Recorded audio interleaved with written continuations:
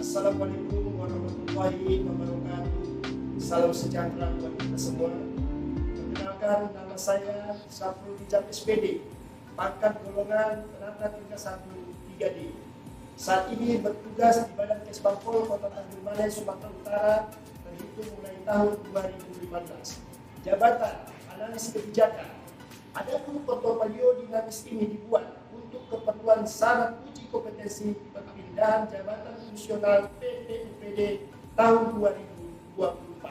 Selamat menyaksikan. Baik, para pemirsa, di sini saya akan coba memperagakan bagaimana cara menjelaskan rencana kerja pengawasan tahunan berdasarkan isu strategis kepada Bapak Kepala Inspektorat Kota Tanjung Balai. Mari ikuti saya, kita ke dalam ruangan.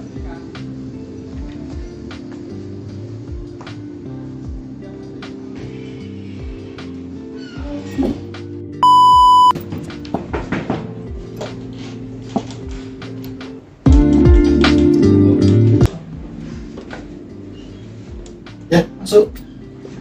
Duduk.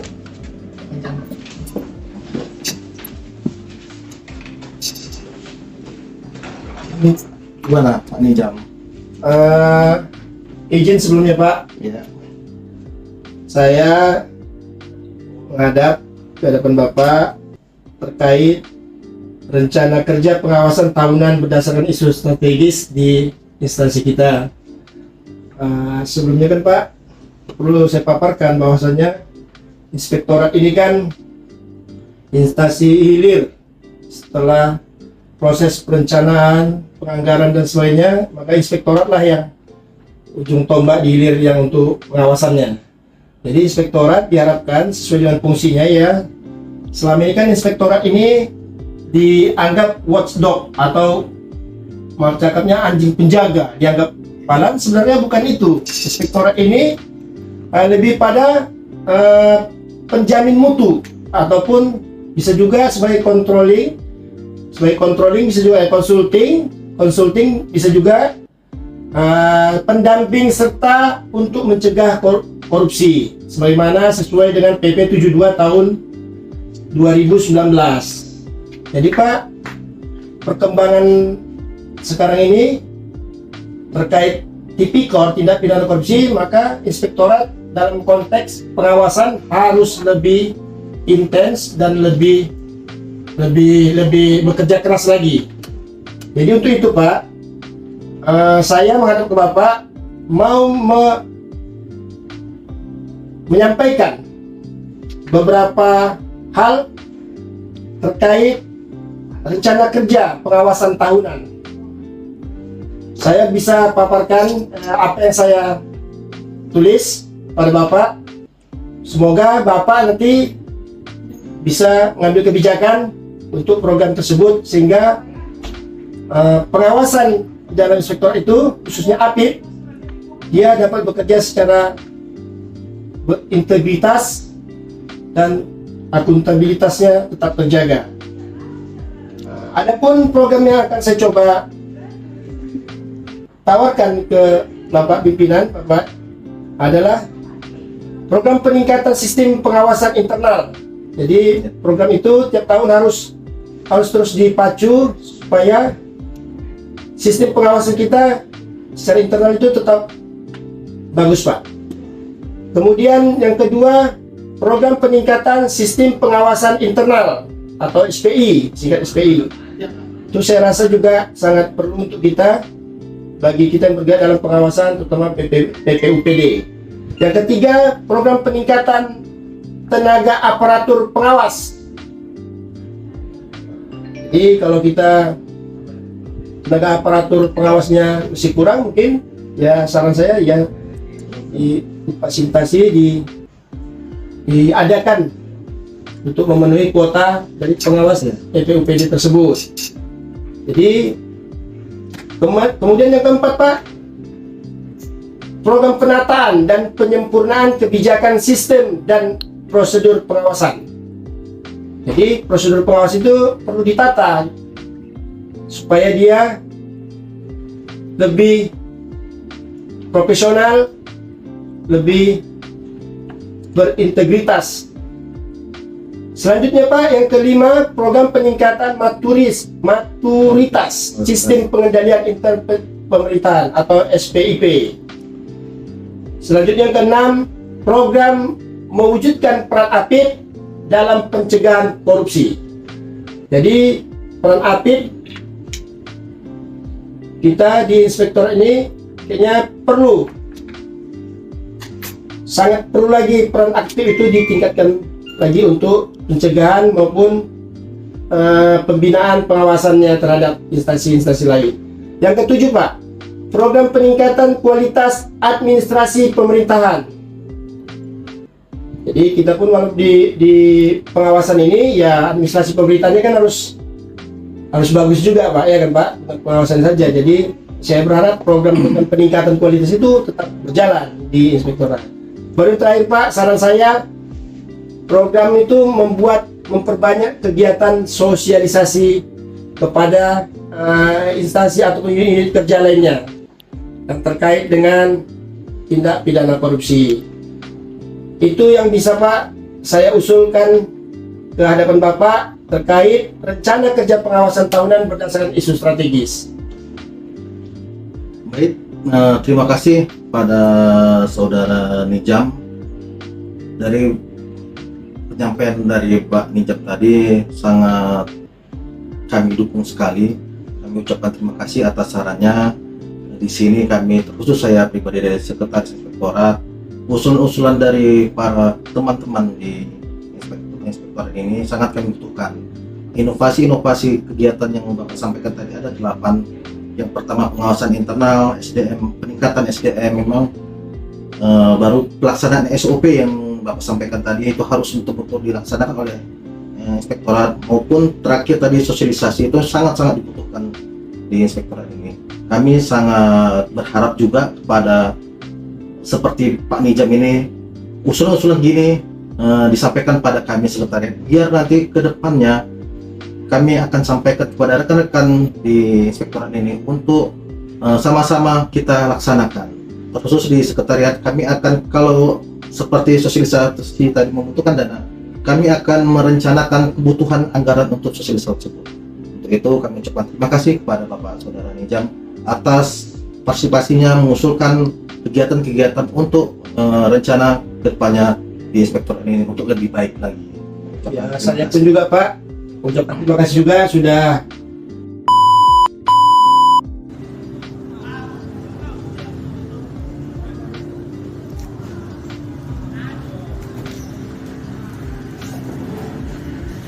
pagi Bu, Pak. Izin Pak, izin Bu.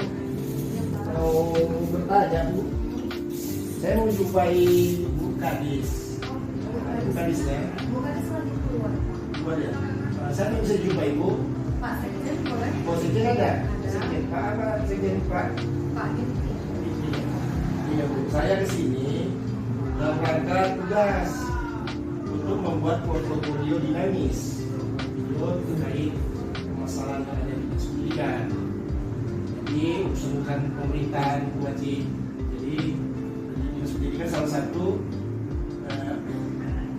urusan pemerintahan juga tentang pendidikan selain dari kesehatan dan lain-lain. Jadi saya mau mewawancarai, mau membuat video terkait untuk menjelaskan dan apa-apa yang perlu dilakukan oleh dinas pendidikan untuk menjaga hal-hal yang tidak diinginkan terkait tindak pidana korupsi. Saya izin mau jumpa sama Pak Sekretaris saja nggak apa-apa Bu? Izin ya Bu? Iya. Pak, silakan menunggu dulu ya. Biar Iya. kita- Terima kasih Bu.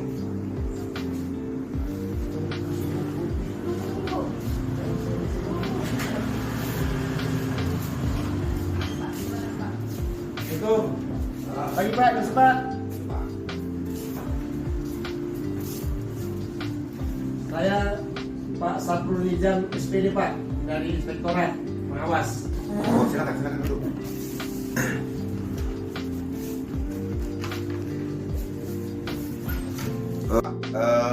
Kita dari mana, Pak? Oh, izin Pak, saya dari Inspektorat Pengawas Inspektorat.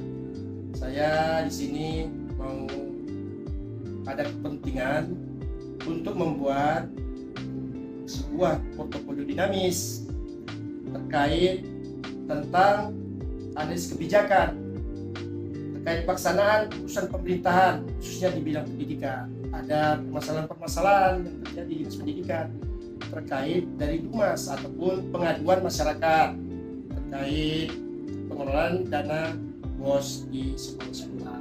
Itu maksud tujuan saya ke sini, Pak. Ingin konsultasi, ingin memberikan saran, masukan terkait pengaduan masyarakat tersebut. Kalau terkait dana BOS, sebenarnya di dinas pendidikan ini ada yang namanya ketua BOS. Namun jika Bapak ingin menginformasi lewat kami, kira masalahnya kami akan coba menjawab jika ada pertanyaan. Tapi di samping itu tentunya kami juga bersedia menerima masukan-masukan dari Bapak. Mungkin jika ada yang bisa kami bantu, bisa saja langsung disampaikan, Pak. Ya, Pak, terima kasih banyak, Pak, atas sambutannya dan perhatiannya. Di sini perlu saya jelaskan kepada Bapak terkait Dumas tersebut, ya, Pak. Saya melakukan monitoring, bahwasanya saya menemukan ada pengaduan masyarakat, Pak, terkait penggunaan dugaan dana BOS di beberapa sekolah. Jadi kita paham, Pak, karena masyarakat mengadukan lembaga. Kita nggak ingin ini masalahnya jadi mau besar, ya, kita ingin masalah ini bisa diselesaikan gitu, ya kan? Kalau memang tidak terjadi apa-apa, ya kita bisa selesaikan. Karena kita, Pak, mengetahui bahwasanya pendidikan ini kan, Pak, merupakan pelayanan dasar, hak dasar bagi masyarakat. Makanya hak dasar ini sangat mudah untuk dipantau oleh masyarakat terkait penggunaan dana-dana di sekolah. Itu yang mau kita cegah.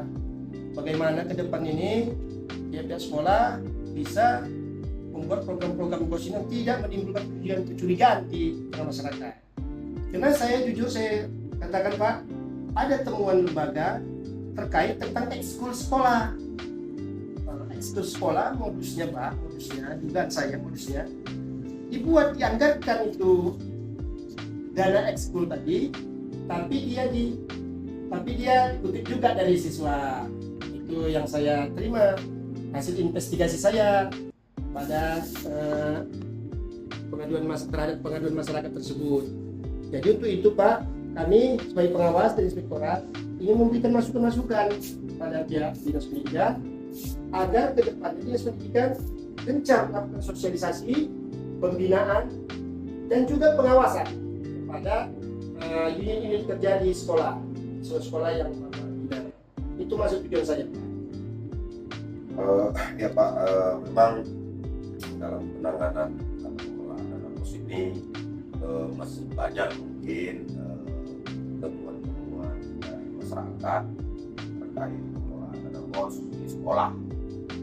Kami sebenarnya juga sudah berupaya, Pak, untuk coba memberikan sosialisasi kepada sekolah-sekolah agar mereka melaksanakan atau membelanjakan dana BOS itu sesuai dengan juknis yang berlaku. Termasuk kami juga berusaha melakukan pengawasan, yaitu dengan melakukan monitoring ke sekolah-sekolah. Namun mungkin masih banyak kelemahan-kelemahan yang harus kami tindaklanjuti, perbaiki. Kebetulan Bapak sekarang sedang ada di tempat kami. Bapak selaku inspektorat yang tentunya fungsinya adalah mengawasi, mungkin tidak ada salahnya juga diberikan masukan kepada kami, Pak. Pak, kita inspektorat ini kan sebagai lembaga instansi dalam konteks pembinaan dan pengawasan. Wajib dan kewajiban inspektorat untuk memberikan pembinaan dan pengawasan kepada instansi lain. Jadi, Bapak, dengan kejadian ini saya mewakili rekan dari Aktif Inspektorat Kota Tanjung Balai ada yang ingin menyampaikan beberapa masukan lah pada dinas pendidikan. Ini dalam catatan saya catat ada 4 lah kira-kira poin yang harus kita perhatikan bersama supaya kebocoran dana BOS tadi tidak menjadi masif dia dan menjadi kecurigaan di tengah masyarakat. Jadi kami meminta Pak dari pihak pengawas untuk dinas pendidikan untuk lebih bekerja keras lagi dalam konteks pengawasan atau pembinaan kepala sekolah dalam pengelolaan dana BOS. Ada Pak satu hal yang perlu kami sampaikan, yaitu mencegah itu kan lebih baik daripada menindak gitu. Jadi kita berusaha untuk mencegah, mendeteksi dini lalu cegah dini, mendeteksi lalu kita cegah dini. Ada beberapa poin, 4 poin Pak yang perlu masukan untuk dinas pendidikan dari kami. Yang pertama, dalam pengelolaan dana BOS itu Pak, diharapkan untuk melibatkan orang tua siswa, komite sekolah, dalam hal ini komite sekolah, perwakilan orang tua siswa, dan juga melibatkan dewan pendidikan. Apa tujuannya Pak? Supaya mereka dilibatkan, keputusan diambil keputusan bersama gitu. Jadi nggak ada celah bagi orang-orang untuk mempermasalahkan ataupun membuat itu jadi masalah, karena sudah dibicarakan dengan. Kemudian yang kedua Pak, untuk terus melakukan sosialisasi tentang dana BOS dan sanksi hukumnya bila disalahgunakan. Jadi kalau untuk Bapak mungkin tak pada sanksi hukum, dia cuma sanksi administrasi saja mungkin ya kan Pak. Kalau ada yang salah ditegur, dibina ya kan, nggak bisa dibina ya di sanksi administrasi seperti itu Pak.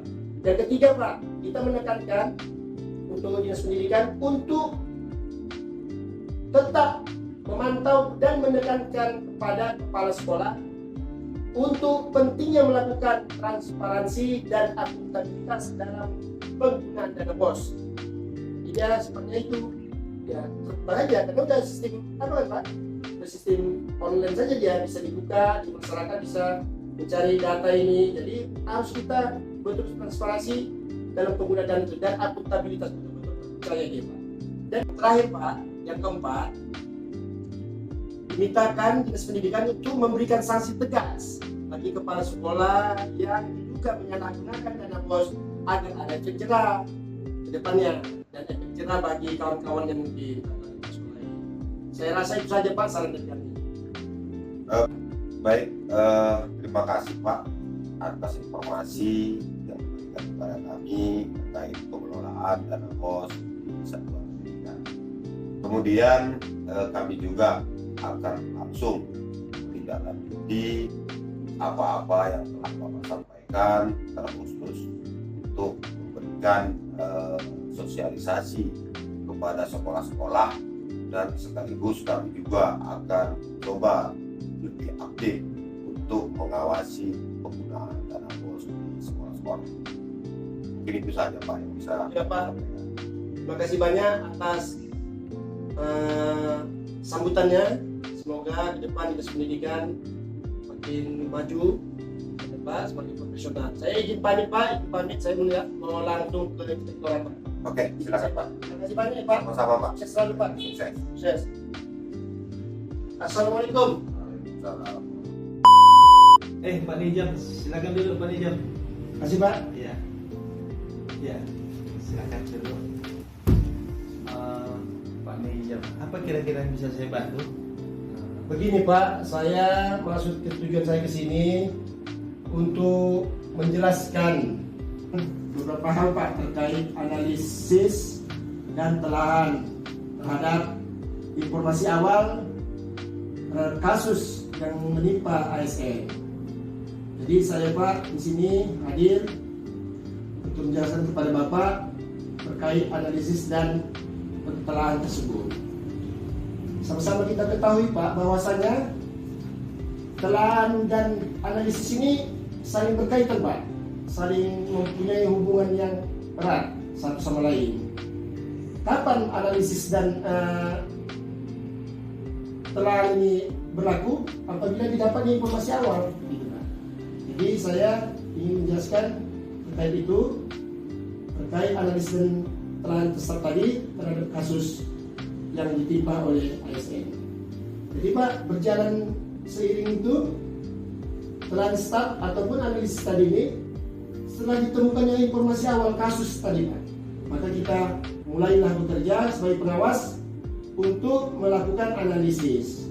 Ada beberapa Pak analisis yang yang dalam catatan saya ada beberapa poin yang perlu dilakukan. Yang perlu dilakukan terkait telahan terhadap kasus saudara SE. Di antaranya Pak, apa persoalan masalah yang sebenarnya dalam hal ini juga tipikor ASN? Apa permasalahannya sebenarnya? Apa permasalahan ASN tersebut? Itu Pak, yang pertama. Itu telahan Pak. Kemudian bagaimana dengan aspek hukumnya terhadap undang-undang ASN-nya, terhadap undang-undang tipikornya, itu perlu juga ditelah. Kemudian peranggapan atau praduga, presumption-nya. Setiap kasus harus dugaan tak bersalah, praduga tak bersalah itu kita kedepankan Pak. Kemudian Pak, apa saja fakta hukum yang mempengaruhi kasus tipikor tersebut. Yang kelima, setelah itu barulah kita dapat menganalisis kasus tersebut Pak. Baru kita dapat analisis kasus tersebut. Terkait analisis kasus, ada beberapa langkah lagi Pak. Terpisah dia antara telahan dan analisis. Apa yang harus dilakukan terhadap analisis?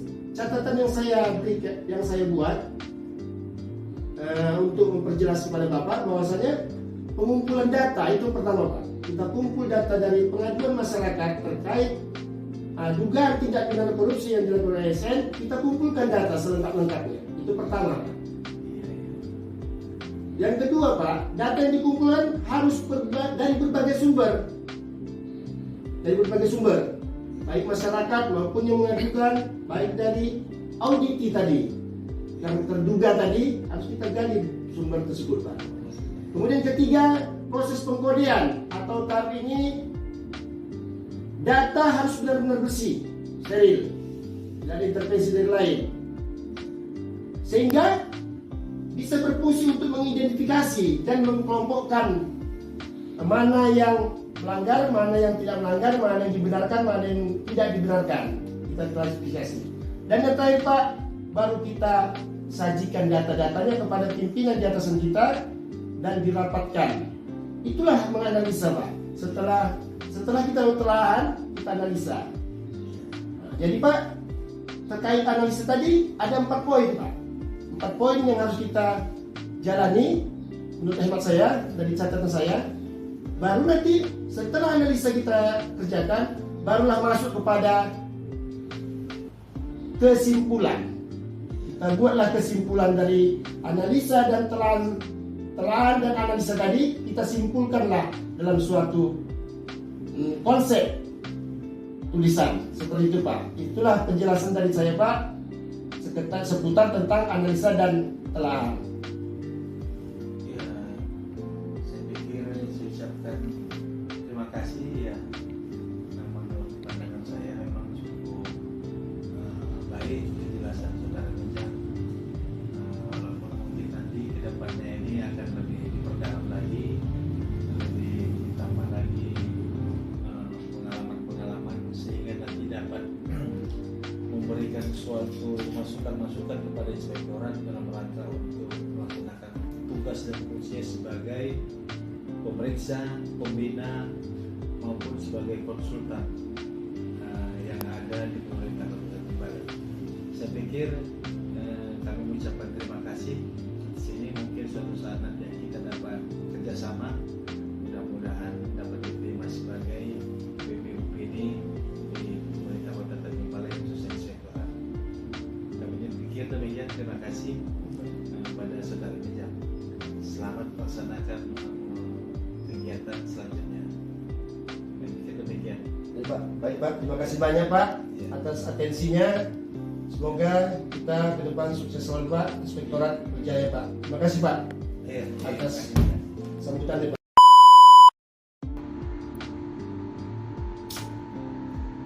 Demikian portofolio dinamis saya. Terima kasih atas perhatiannya. Wassalamualaikum warahmatullahi wabarakatuh.